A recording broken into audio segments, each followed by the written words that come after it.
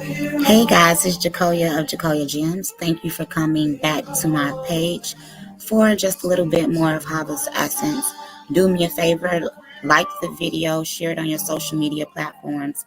Let's jump straight into this topic, guys. So, sticking true to nature, we're going to continue to talk about communication, continue to expose psychological, mental, emotional, physical, and spiritual warfare.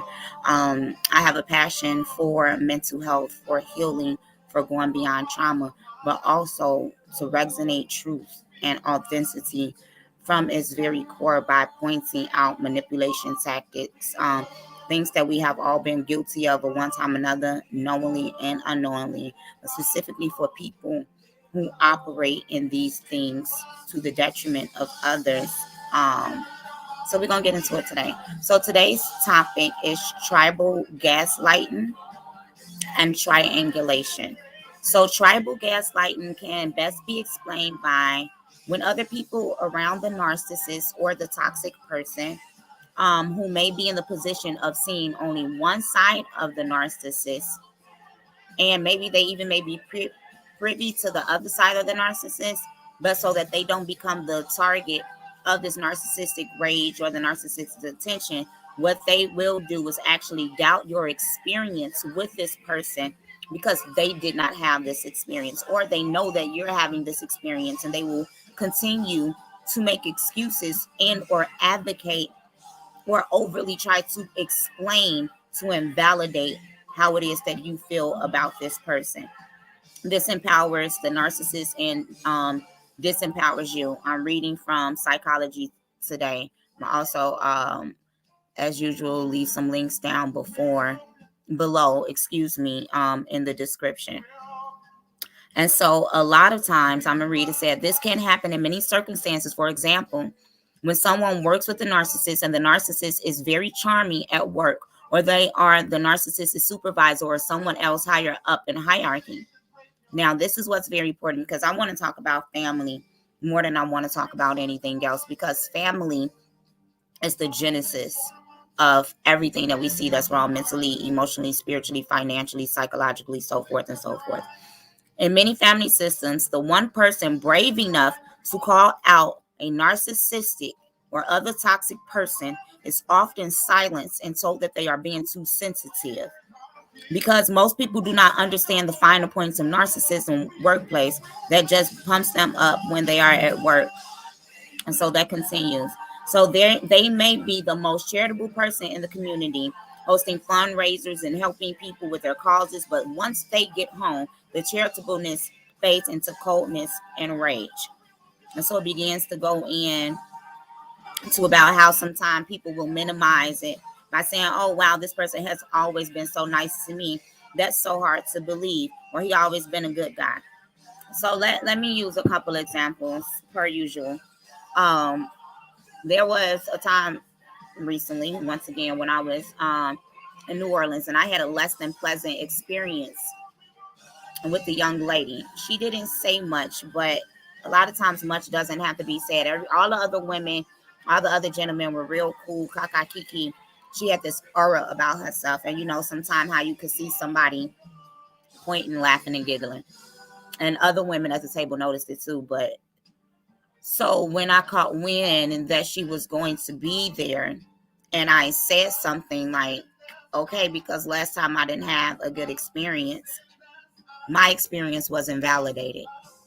And I stand firm and I stand sure in my experiences. And a lot of us don't have the ability to do this, and we allow people to make us waver off of how our experiences have been with someone else. That's gaslighting, y'all. When people tell us, oh no, well, that didn't happen, or maybe they didn't mean it that way, or who, them, or no, they wouldn't do that. That's gaslighting.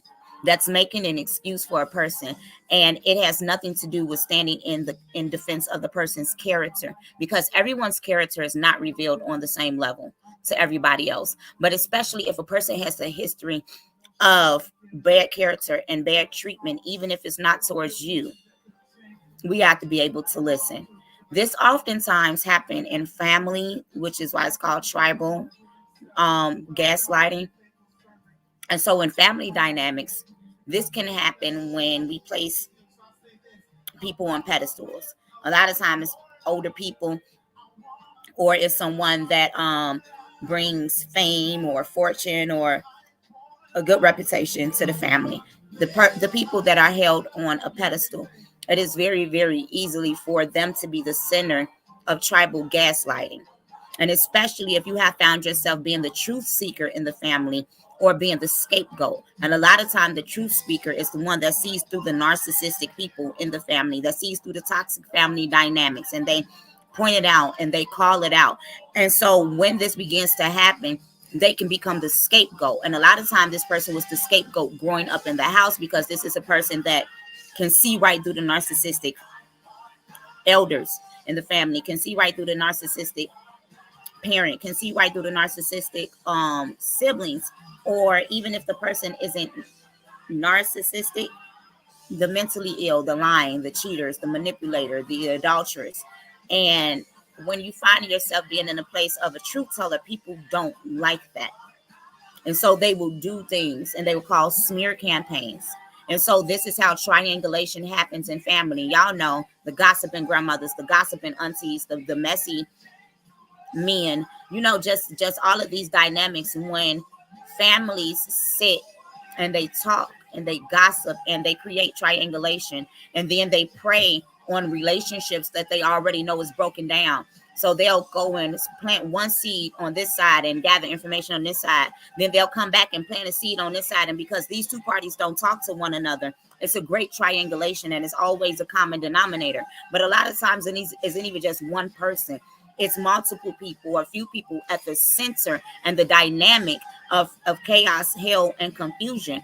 Then a lot of times, people who suffer from the same mental illness, suffer from the same demonic possessions, suffer from the same carelessness, they will begin to click up to create smear campaigns and triangulations in family dynamics.